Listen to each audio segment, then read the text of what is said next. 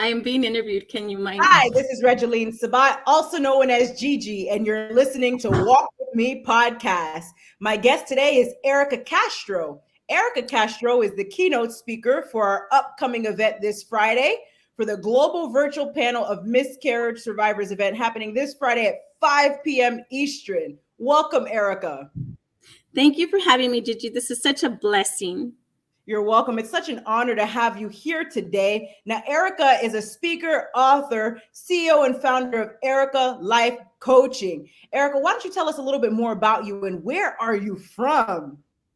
So I currently live in Los Angeles, California. I am a teacher. I've been teaching for 24 years. I teach English, but I've kind of branched out a bit, and I'm doing coaching. I'm speaking, writing. I'm in the middle of writing a poetry book. So, that's pretty much what I've been doing lately, trying to branch out of my regular teaching job. I love it. Now, Erica, you received 3 questions from an anonymous source in regards to the topic miscarriage survivors for the event on Friday. Now, the first question is, how are you coping after the miscarriage? Also, how is your significant other coping?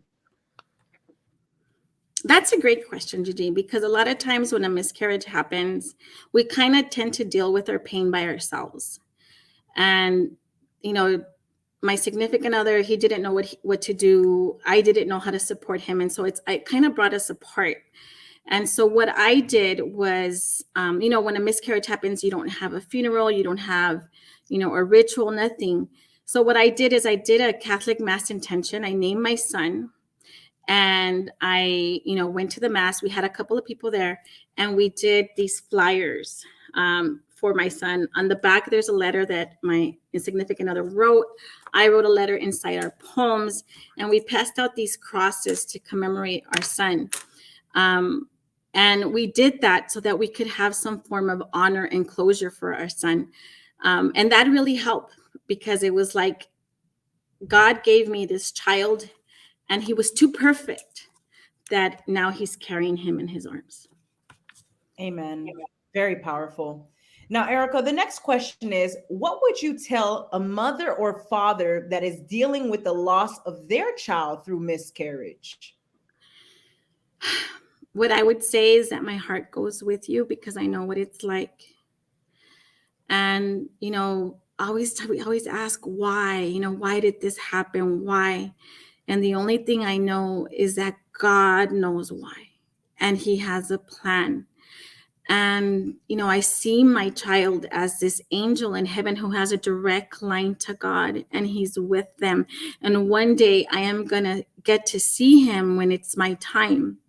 And so I have that hope that it's not an end. My child had a soul. My child lived for as long as he did.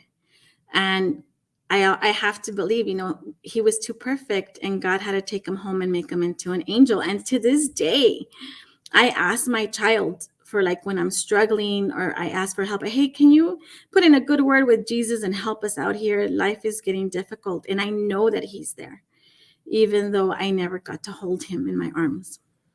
Amen. Faith and hope truly matter. And faith is believing in the things that we cannot see, right? So very powerful. Now, the next question is, how do you remember your child or children? Because what most people don't know is that many people can survive a miscarriage many times. It's not just once. For example, we have a speaker who has survived miscarriage 5 times. Yes. Well, I had my miscarriage on my father's birthday. So I was always going to remember that day. As a matter of fact, I honor him on my father's birthday. And I know that my father and my mother and all my ancestors are taking care of my child. So I know, along with Jesus, he's up there, and he's safe, and he's, having the biggest blessing of his life up there. And when he was supposed to be born in January. So it's those 2 months that I always, no matter what, you can't forget, people you pick up and you move on, but it's always a part of you, and it's always with you. And I remember my child when I lost him, and I remember when he was supposed to be born. And I talk to him, and I say, baby, don't think that I've forgotten you. I'm so glad for you. You're out there looking out for us, and I'm so grateful, that you're right next to my mom and my dad and my ancestors and everybody there. And I can't wait to see you. I can't wait till I get to hold you in my arms. And so I do. I don't forget, and I'll always remember him. And I know that he existed for the life that God wanted, which was, temporary. But he was too perfect, so God took him Amen. home.